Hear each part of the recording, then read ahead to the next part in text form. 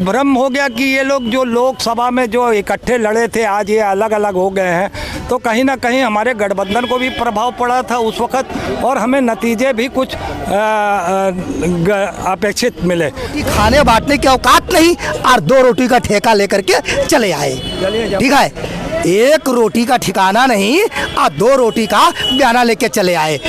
देखिए, कुंभ का आने वाले में कल में तो नहीं बता सकते हैं, जो कुंभ में हो रहा है आज तक नहीं हुआ।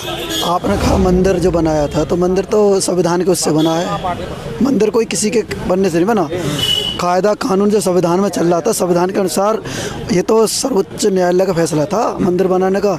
इससे बीजेपी के लिए कोई वो हो रही है कि जो बेनिफिट मिल जाएगा। जिस सीट पर सबकी नज़र थी, जिसका सभी को इंतजार था, मिल्कीपुर सीट को, मिल्कीपुर जो अयोध्या की सीट है उस पर 5 फरवरी को मतदान होने हैं और 8 फरवरी को जो है नतीजे आएंगे। उत्तर प्रदेश में भले ही सियासी गर्मी तेज़ थी, ठंड का प्रकोप है, लेकिन मिल्कीपुर सीट पर जैसे ही 5 तारीख का अनाउंसमेंट हुआ है कि 5 तारीख पर यहाँ पर मतदान होने हैं और 8 तारीख को गिनती होनी है, यहाँ का सियासी पारा जो है वो हाई हो गया है, क्योंकि मुख्यमंत्री योगी आदित्यनाथ ने खुद जो है इस सीट की जिताने की जिम्मेदारी ली है। तो वहीं अखिलेश यादव ने भी कहा है कि किसी भी हालत में जो है मिल्कीपुर सीट जो है समाजवादी पार्टी ही जीतेगी। लोग हैं यहाँ के लोगों से जानते हैं कि जो मिल्कीपुर सबसे हॉट सीट थी, जब उपचुनाव हुआ 9 सीटों पर चुनाव हुआ तो 7 सीटों पर जो है भारतीय जनता पार्टी ने जीत दर्ज की, 2 सीटें सपा के खाते में गई, लेकिन जो उन सीटों में से सबसे हॉट सीट थी जो उपचुनाव की वो मिल्कीपुर ही थी। मिल्कीपुर पर सभी की निगाहें थी। अब आज जो है इसका अनाउंसमेंट हो गया है, 5 फरवरी को जो है मिल्कीपुर पे चुनाव होना है। तमाम लोग हैं, जानेंगे, इनसे बात करेंगे कि किस तरीके से जो है मिल्कीपुर में 5 फरवरी को मतदान होने हैं। क्या लगता है कि इस बार कौन बाजी मारेगा? देखिए, ये बड़ा दुर्भाग्य है, दुर्भाग्यपूर्ण कहेंगे हम इसको, क्योंकि अखिलेश जी ने थोड़ी सी नादानी की थी 9 सीटों के चुनाव पर, जब उन्होंने इंडिया गठबंधन खासकर राहुल गांधी से सीटों का तालमेल नहीं बैठाया था। नतीजे में वो 9 सीटों पे लड़े तो जरूर थे, मगर उन्हें 2 पे ही आके रुकना पड़ गया। अगर वो 4 और 6 के मुकाबले में लड़ते तो नतीजे कुछ और होते। लोगों में ये भ्रम हो गया कि ये लोग जो लोकसभा में जो इकट्ठे लड़े थे आज ये अलग अलग हो गए हैं, तो कहीं ना कहीं हमारे गठबंधन को भी प्रभाव पड़ा था उस वक्त और हमें नतीजे भी कुछ अपेक्षित मिले। तो हम ये सोचते हैं कि ये चीज़ें नहीं होनी चाहिए थी। अब यहाँ पे दुर्भाग्य इस चुनाव में एक और सबसे बड़ा आ रहा है, जो चंद्रशेखर जी वहाँ से चुनाव लड़ रहे हैं वो कहीं ना कहीं भाजपा की मदद कर रहे हैं। बाकी मैं देखता हूँ कि क्या हो सकता है, अभी तो नहीं कह सकते। अभी उनको, मुझे लगता है कि अगर चंद्रशेखर जी भी जीतते हैं तो हम उसको इंडिया गठबंधन की ही जीत मानेंगे, मगर उन्हें कम से कम ये फैसला करने से पहले एक बार सोच लेना चाहिए कि इसका सीधा सीधा फायदा भारतीय जनता पार्टी को होता दिख रहा है। 13 जनवरी को जो है महाकुंभ भी स्टार्ट हो रहा है, तो इसका क्या महाकुंभ में क्या भारतीय जनता पार्टी के जो नेता हैं, कार्यकर्ता हैं, वहाँ पे व्यस्त रहेंगे, तो इसका कुछ असर पड़ेगा क्या मिल्कीपुर चुनाव पे? तो आप चुनाव को क्यों जोड़ रहे हो? आप पहले तो आप महाकुंभ की बात करो। ये महाकुंभ नहीं है, ये जश्न कुंभ है नरेंद्र मोदी और योगी का। ये जश्न कुंभ है, ये महाकुंभ नहीं है। महाकुंभ में कार्ड कहाँ बढ़ते थे? ये तो परंपरा के विरुद्ध चल रहे हैं। ये साधु संतों का अपमान है, हमारे शंकराचार्यों का अपमान है। डकैती डाल रहे हैं आप उनके हकों पर, शंकराचार्यों के और साधु समाज के हकों पर डाका डाल रहे हैं। 13 दिसंबर को आप चले जाते हो भगवा पहन के, ढोंगी बाबा तो ही है नरेंद्र मोदी, आप चले जाते हो वहाँ पे उसका उद्घाटन करने कुंभ मेले का। भाई कौन हो तुम? कौन हो तुम? तुमको देश का प्रधानमंत्री बनाया, शिक्षा, रोजगार, स्वास्थ्य, नौकरियां, महंगाई, सुरक्षा पे बात करो, देश के हितों पे बात करो। तुमको देश का प्रधानमंत्री बनाया और तुम जुमलेबाजी, जोकरबाजी, नौटंकीबाजी, गिरगटबाजी, क्या खेल रहे हो तुम? क्या खेल लो? किस तरीके से साधु संतों का तुम अपमान कर रहे हो? तुम्हें तो शर्म आती है। अब तो मुझे लगता है साधु संत भी ना जाएंगे। जो अब इनकी निगाह में भी एक और बात भी है, इनकी निगाह में है नकली किसान, असली किसान। उसी तरीके से इनकी निगाह में असली साधु और नकली साधु भी हैं। तो ये सत्ता पाने के लिए नरेंद्र मोदी किस हद तक गिर सकता है? जो नकली किसानों की मीटिंग कर लेता है और उन्हें असली किसान बताता है, और कहीं असली किसानों, असली साधु संतों को छोड़ के वो नकली साधु संतों के साथ मीटिंग करता है और कहता है सब कुछ चंगा है। कितना बेशरम और कितना निर्लज प्रधानमंत्री है। बीजेपी कह रही कि इस बार का जो महाकुंभ होगा वो भव्य और दिव्य होगा, तो क्या लगता नहीं है कि इतना पैसे लगाए जा रहे हैं, तमाम इंतजाम किए जा रहे हैं, क्या आप खुश नहीं? क्या कुंभ से करोड़ों रुपए का खेला हो जाएगा और कुछ नहीं होगा। आपको याद होगा पिछली बार जब राम जन्मभूमि में वहाँ पे दिया जलाया गया था तो 7.5 करोड़ के दिए की बात थी, वो उसको जलाते ही वो सुहा हो गया था। करोड़ों लीटर तेल जो वहाँ बर्बाद हो गया और जो पड़ा रहा। लेकिन एक इतिहास तो बना, गिनीज ऑफ वर्ल्ड बुक में उसका नाम तो दर्ज हुआ, अयोध्या का दिया जलाने का। हाँ, दिया जलाएगा, वो दिया जल गया, उसका रिकॉर्ड बनाएंगे आप कि दिया प्रज्वलित रहता, टाइम तक जलता, जितना समय तक उसके पास तेल था उतना जलता, तब नाम रहता है। आप अपने डिमोशन को भी आप अपनी काबिलियत साबित करोगे, आप अपनी हार को भी वहाँ अपनी जीत में शामिल करोगे। कैसा मजाक कर रहे हैं पत्रकार जी? इतना भव्य और दिव्य महाकुंभ हो रहा है, कैसा क्या लगता है आपका, इसका कुछ असर मिल्कीपुर चुनाव पड़ेगा क्या? जैसे एक भाई साहब ने अभी बोल दिए कि जो यहाँ को जितने साधु संत हैं ढोंगी हैं, डुप्लीकेट हैं, सब चोला बदल करके गए हैं। इनको तो बाबा लोगों को इनको तो सर्टिफिकेट देना चाहिए सबसे पहले कि वो असली है कि नकली है। तब ये बात को अगर ये कहते हैं तो इनका बात मान्य होता, ठीक है ना, तब इसकी बात का मान्य होता। जब वहाँ मंदिर नहीं बनी थी तो ही लोग कहते थे मंदिर वहीं बनाएंगे लेकिन तारीख नहीं बताएंगे, ठीक है, मंदिर वहीं बनाएंगे लेकिन तारीख नहीं बताएंगे, ठीक है। तो ये लोग मुंह से ही बोलने वाले, ठीक है, अब शब्दों का थोड़ा सा एकदम करेंगे, एकदम करेंगे, ठीक है। शब्दों की थोड़ी मर्यादा रखिए, थोड़ा सुनिए। अबे अगर हम यहाँ खड़े हैं, अगर मैं एक रोटी अगर मैं बांटूंगा, ठीक है, तो लोग लेगा, तो उधर से एक आदमी आएगा तो कहेगा सबसे बड़ा आप मूर्ख हो। तो भैया क्या गलती हो गई? तुमको 2 रोटी बांटना चाहिए। समझ गए ना? एक रोटी खाने बांटने की औकात नहीं और 2 रोटी का ठेका लेकर के चले आए, ठीक है। एक रोटी का ठिकाना नहीं और 2 रोटी का बयाना लेके चले आए।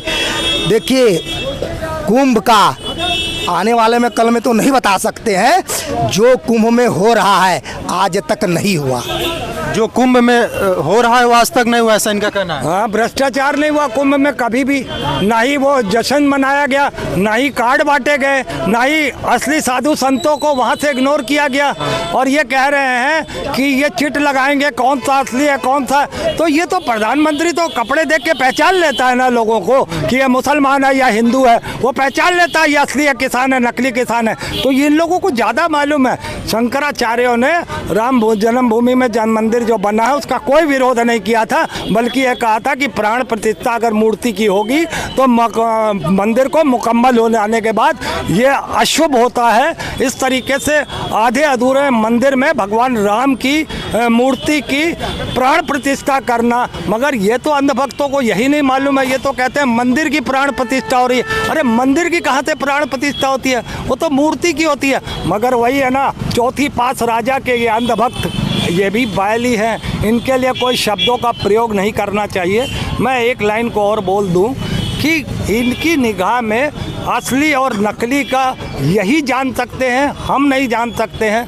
आपके चैनल के माध्यम से प्रधानमंत्री से एक बात और भी मैं पूछना चाहता हूं कि 17 सितंबर में आप क्या अपने पद को छोड़ोगे? आपको 75 साल हो रहे हैं, क्या आप अपनी नीति और क्या प्रधानमंत्री कार्यकाल से खुश नहीं है क्या? नहीं, कार्यकाल से हम खुश हैं या ना खुश की बात ही नहीं है। जो इनकी कार्य में था कि 75 साल का कोई भी हो जाएगा वो अपने पद का छोड़ दे, चाहे प्रधानमंत्री ही क्यों ना हो।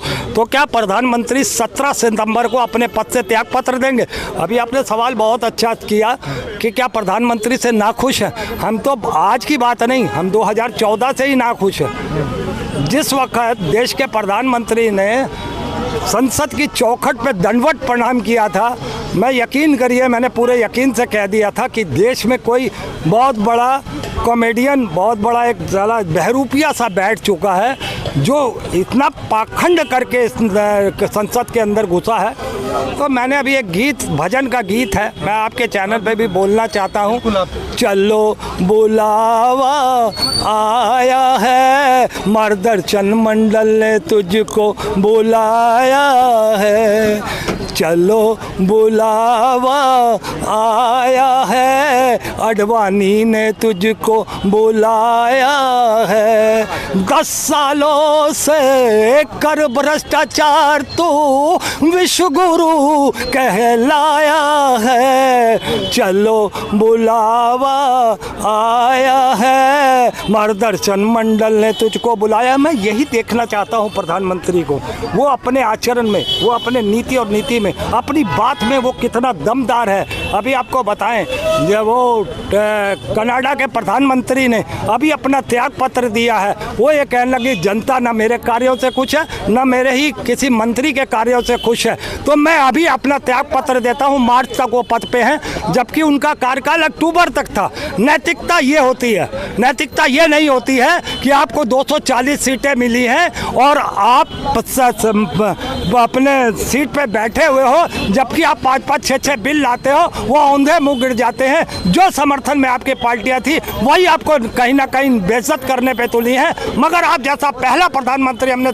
14 प्रधानमंत्री देश को मिले हैं, कोई भी ऐसा प्रधानमंत्री नहीं है। अटल जी ने एक वोट के लिए अपनी सत्ता छोड़ दी थी, उसको कहते हैं नैतिकता। मगर ये निर्लज ऐसा आदमी है, 240 पे बैठा है, अपना कोई भी बिल पास नहीं करा सकता है। मगर दूसरी तरफ टोरंटो साहब को देखिए, प्रधानमंत्री ऑफ कनाडा, वो किस तरीके से अपनी जिम्मेदारियों को, अपने जो जनता के प्रति, जो उनके प्रति जनता में नाराजगी थी, उसको मद्देनजर रखते हुए कैसे उन्होंने अपने पद को छोड़ा, ये होता है नैतिकता। मिल्कीपुर को लेके क्या लगता है आपको, कौन जीत रहा? मिल्कीपुर में मैंने अभी आपको बताया ना कि बहुत दुर्भाग्यपूर्ण होगा अगर भाजपा जीतती है, और उसका श्रेय जाएगा चंद्रशेखर जी को। मैं बिल्कुल अभी स्पष्ट कर दूं, चंद्रशेखर जी कहीं लगता है कि चंद्रशेखर के लड़ने से भाजपा को फायदा होगा। चंद्रशेखर जी बीजेपी के साथ कभी नहीं है, न ही मोदी के साथ है, वो तो किसानों के साथ है, युवाओं के साथ है, महिलाओं के साथ। वो हर धरने पर, हर जो मणिपुर से लेकर और किसानों तक, वो हर मोर्चे पे उन्होंने आगे बढ़ चढ़ के चंद्रशेखर जी ने काम किया। मैं उनको सल्यूट करता हूँ इसलिए। मगर जो वो गलती कर रहे हैं इस वक्त मिल्कीपुर में, तो मुझे नहीं समझ में आता कि ये क्या है। मगर अगर मिल्कीपुर में चंद्रशेखर जी जीतते हैं तो हम समझते हैं वो इंडिया गठबंधन की जीत होगी, इसको मैं मानता हूँ। क्या लगता है आपको मिल्कीपुर सीट को लेके, क्या भारतीय जनता पार्टी ने वहाँ काम किया है, भव्य मंदिर बना, तो क्या इस बार फायदा होगा? सांसदी का चुनाव तो भारतीय जनता पार्टी हार गई थी, लेकिन क्या मिल्कीपुर जीत पाएगी? आपने कहा मंदिर जो बनाया था, तो मंदिर तो संविधान के उससे बना है। मंदिर कोई किसी के बनने से नहीं बना। कायदा कानून जो संविधान में चल रहा था, संविधान के अनुसार ये तो सर्वोच्च न्यायालय का फैसला था मंदिर बनाने का। इससे बीजेपी के लिए कोई वो हो रही है कि जो बेनिफिट मिल जाएगा वहाँ से। दूसरी बात, अभी हमारे भाई साहब उल्टी सीधी बातें कर रहे थे। रमेश विधूड़ी का बयान देख लो, इनका बयान देख लो। मैं तो अभी सोच रहा था कि उनके बयान पे ही ये बोल रहे हैं, ये भाषा सही नहीं है, चाहे किसी भी पार्टी का है, लेकिन अपनी भाषा की मर्यादा रखें। और ये चीज़ सही नहीं है कि जो तुम उल्टे सीधे मीडिया के सामने बोलो। ये अपनी सोच हो सकती है कि कौन क्या बोलेगा। ये अगर भावना तुम्हारे अंदर है तो वो तुम बाहर प्रदर्शित कर रहे हो। किसानों की बात मैं उठाऊंगा, किसानों के मुद्दे उठाऊंगा, क्योंकि मैं भी एक किसान हूँ। किसानों की बात, जो यूरिया का बोरा 50 किलो का आता था, 45 का किया, फिर 40 का किया, और अंधभक्त कह रहे हैं कि किसानों की आय दोगुनी हो गई। अरे सारा तो जो लूट का खा गए। भारतीयों में भ्रष्टाचार हो गए, कोई चीज़ में कसर नहीं है। अधिकारी इतने भ्रष्ट हो चुके हैं, कोई काम करने के लिए तैयार नहीं है। ये कह रहे हैं आप लोगों की भाषाएं जो है वो ठीक नहीं है। ये विधूड़ी जी के नाम लिए ना, विधूड़ी जी के नाम लिए, ये भी भारत में रहते हैं, हम भी भारत में रहते हैं। एक इनको इनसे ये पूछिए, जब लालू प्रसाद यादव सांसद में थे तो सबसे वो व्यक्ति ने बोला था कि बिहार में ऐसी सड़क मैं बनाऊंगा जैसे हेमा मालिनी की गाल है। ठीक, अभी बोल दिया विधूड़ी जी ने पढ़ा, उस गलत बानी बोल दिया। भाई एक सबसे बड़ा हमारे देश में लोकसभा का ही जहाँ लोग बैठते हैं, बात विचार करते हैं, वहीं से सारा देश चलता है, देखता है दुनियादारी। एक भाई बहन बढ़ करके एक चुम्मी लेता है, इससे भी सरनाक दिन आ सकता है क्या? अरे भितूड़ी, और ये उनका नाम लेने के लिए चल दिए। वो कहते हैं ना, कुछ करने से पहले, सोचने से पहले अपनी गिरवी में झाँको, फिर बात करो। ये कह रहे हैं कि भाई बहन जो है राहुल गांधी और प्रियंका गांधी की ये बात कर रहे हैं कि बैठ के चुम्मी ले रहे थे संसद में। इस पे देखिए, ऐसा है, मैं उस पर आरोप नहीं जाना चाहता, न मैं तर्क वितर्क पे जाना चाहता हूँ। लालू प्रसाद जी ने जो कहा था, चूँकि मैं उस समय था और आज भी हूँ, और बड़े गौर से कह रहा हूं कि लालू प्रसाद जी ने जो कहा था वो गलत नहीं कहा था। पूछिए कैसे कैसे कैसे नहीं कैसे, अरे सुनिए कैसे उस समय आप ये बताइए, अमिताभ बच्चन भी क्या थे आपको बता दूं। अब जब ये नहीं समझ रहे हैं तो हम अभी सब समझा देंगे इनको अच्छे ढंग से। उस समय हेमा मालिनी क्या थी, जानती क्या थी? हेमा मालिनी क्या थी जानते हैं? नहीं जानते तो अभिनेत्री थी, अभिनेता थी। हमारे देश में 3 तरह के लोगों को चयन किया जाता है राज्यसभा में, ये भी मुझको मालूम है, लेकिन सीने जगत से वो थी, इसलिए बीजेपी ने इनको लिया। और जो कहना नहीं, वो बयान की बात हो रही कि क्या लालू वही क्या आ रहा हूँ, ये मंच पे नाचने कूदने वाली महिलाएं क्या कही जाती हैं। मैं पढ़ा लिखा हूँ, अभद्र भाषा नहीं बोलूँगा, लेकिन इतना ज़रूर कहूँगा कि कोई हिजड़ा कहता है, कोई हिजड़िन कहता है। मैं ये चर्चा नहीं कर रहा हूँ, मैं एक आपको बात कह रहा हूँ कि तीन चीज़ का जो प्रश्न है वो सीधे सीधे है कि बिदुड़ी जी ने जो कहा है, यदि ऐसा कहा है तो उन्होंने गलत कहा है, नहीं कहना चाहिए। मतलब लालू यादव ने सही कहा था, बिदुड़ी जी ने गलत। हाँ, यही है, हाँ यही है, मैं स्वीकार। एक मिनट आइएगा आप भी। मैं इसलिए कह रहा हूँ कि ये प्रियंका गांधी एज ए राजनीतिक परिवार और राजनीतिक भाषा बराबर करती रही, और ये जो है राहुल और इनका उस पर चर्चा करना चाहते हैं, तो मैं सीधे कहूँगा, आज भी दावे के साथ कह रहा हूँ, ये माननीय लालू प्रसाद जी ने जो कहा है सही कहा है कि नचनियों पधनियों को बिल्कुल राजनीति में नहीं आना चाहिए, न ऐसी कोई भाषा बोलनी। तो कांग्रेस में भी तो कई ऐसे नेता हैं, क्या शत्रुघ्न सिन्हा भी तो एक मिनट सुनिए, वही मैं चर्चा कर रहा हूँ। आप भाग रहे हैं, मैं चर्चा करने के लिए तैयार हूँ। ये सीधे मेरे अंगने में हमारा क्या काम, मेरे अंगने में तुम्हारा क्या काम है, जो है नाम वाला वही तो बदनाम है। ये किसका गाना था? अमिताभ बच्चन का था। अमिताभ बच्चन लोकसभा में गए और उनके ऊपर जब आरोप लगा तो उन्होंने सदन से इस्तीफा दे दिया कि मैं राजनीति करने लायक नहीं हूँ। तो मैं आज भी कह रहा हूँ कि जिस संसद में पढ़े लिखे लोग जाते हैं उसी संसद में नचनिया पधनिया जाते हैं, ये अच्छा काम है क्या? इधर आइए। इनका कहना है कि जो विधुड़ी ने जो प्रियंका गांधी को लेकर बयान दिया है वो गलत किया है, लेकिन लालू यादव ने जो हेमा मालिनी को लेकर बयान दिया था वो सही था। तो हमारे देश का नागरिक नहीं है क्या वो? हमारे देश का महिला नहीं है क्या वो अन्न नहीं खाती है क्या वो कपड़ा नहीं पहनती है क्या वो? ये बताइए हमको, एक सवाल बताओ ना हमें। वो अन्न नहीं खाती है, कपड़ा नहीं पहनती है, ये बताओ। वो अलग देश से आई है। और रही बात जो इन्होंने बोला, भारतीय जनता पार्टी से 10 गुना नहीं 100 गुना नचनिया गजनिया बजनिया कांग्रेस पार्टी ने राजनीति में लाया। अरे यार, अपने मुंह मुट्ठी मत बनो, अपने मुंह मुट्ठी मत बनो। कह रहे हैं कांग्रेस में भी एक ऐसा है, अब किसको गिनाए? नहीं, किसको गिनाए? कंगना राणावत भी आई है ना, वो क्या कर रही हैं? कंगना राणावत क्या कर रही हैं, जरा उसको देखिए। सबसे ज़्यादा कांग्रेस ने नहीं, मैं कांग्रेस का नहीं हूँ, लेकिन कांग्रेस ने नहीं, सबसे ज़्यादा भाग जा, भारतीय जनता पार्टी भी नहीं कह रहा हूँ, इसका नाम है भाग जा। चूँकि हमारे राष्ट्रीय नेता लालू प्रसाद जी ने कह दिया है कि जितने जल्दी हो इसको भगाओ, इसलिए मैं कह रहा हूँ कि नचनिया पदनिया का काम मात्र जो व्यक्ति, आप बताइए ना, अभी यही आए हैं, फिर बात करें तो आइए तैयार हूँ। एक राजा दशरथ के राम थे और एक नकली। अब एक ये जान लेते हैं, मिल्कीपुर वाला जो चुनाव है, क्या लगता है आपको, समाजवादी पार्टी जीतेगी या बीजेपी? एक टुक ये आई इंडिया गठबंधन जीतेगा। हाँ, दिमाग से निकाल दीजिए, एकदम आई इंडिया गठबंधन चुनाव जीते। लेकिन जो 9 सीटों पे चुनाव हुआ था, 7 सीटें बीजेपी जीती थी। अब उस पर जाना चाहेंगे आप तो बहुत कुछ कहने के लिए मैं तैयार हूँ। इनका एक ही नारा है, बड़े को लो छोटे को छोड़ो, बड़े को लो और छोटे को छोड़ो। जैसे झारखंड छोड़ दिया, ये क्या नाम है, जम्मू कश्मीर छोड़ दिया, और जब बड़े में बेईमानी करनी है तब तो तमाम चीज़ें हैं। और तथ्य है कि जिस देश ने, मतलब ईमानदारी चुनाव होगा तो इंडिया गठबंधन जीतेगी, आपका ये कहना? ईमानदारी या बेईमानी, जो भी ये करना चाहेंगे, इस बार कुछ लोग होते हैं कि ए फलाने, ए यार तुम तो चुनाव जीत रहे हो, कहाँ जा रहे हो? तो ये तमाशा छोड़ो, जनता से नाता जोड़ो।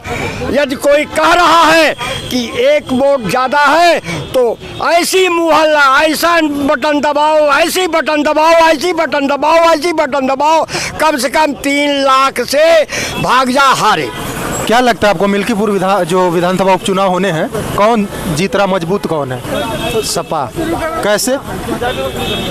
देखिए, 2 चीज़ें हैं। जो पीछे आप कहेंगे कि लोग विधानसभा की उपचुनाव में सीटें सपा हारी है अपनी 7 सीटें, जिसमें से 3 सीटें उसकी खुद की जीती हुई थी, तो वो घर के परिवार को बनाने के लिए दांव पर लगाई गई और एक समझौता के तहत करहल के चक्कर में 7 सीटें भाजपा ले गई।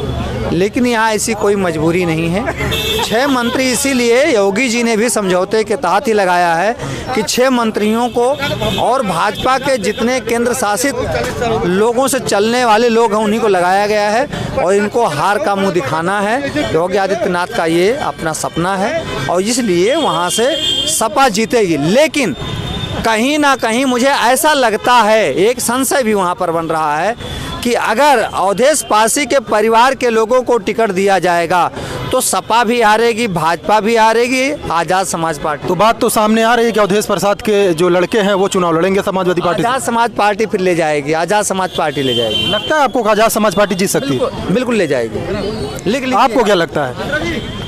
अगर स्वतंत्र और निष्पक्ष चुनाव होगा तो समाजवादी पार्टी वहाँ चुनाव जीतेगी। अगर भारतीय जनता पार्टी वहाँ पुलिस विभाग, राजस्व विभाग को कर्मचारी चुनाव लड़ेंगे तब तो संशय है, नहीं तो समाजवादी पार्टी जो है भारी बहुमत से वहाँ चुनाव जीतेगी।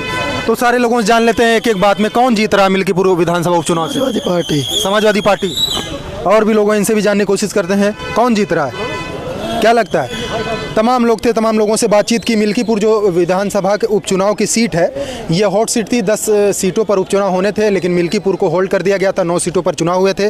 60 सीटें जो है वो भारतीय जनता पार्टी ने जीती थी, 2 सीटें जो है वो समाजवादी पार्टी ने जीती थी। इस वक्त देश भर की निगाहें जो है वो मिल्कीपुर सीट पर है, क्योंकि ये अयोध्या के अंतर्गत आता है और ये काफ़ी हॉट सीट है। मुख्यमंत्री योगी आदित्यनाथ ने खुद इस सीट की जो है जिताने की जिम्मेदारी ली है, लेकिन अखिलेश यादव भी इस मिल्कीपुर विधानसभा का जो चुनाव होना है 5 तारीख को, यहाँ पर इंटरनेशनल मीडिया को इनवाइट किया है ताकि जो मिल्कीपुर उपचुनाव हो उसकी सत्यता और निष्पक्षता जो है वो देश ही नहीं बल्कि दुनिया के बाहर भी जाए कि किस तरीके से मिल्कीपुर में चुनाव हो रहा है। Asif Khan, news 4 nation, Lucknow.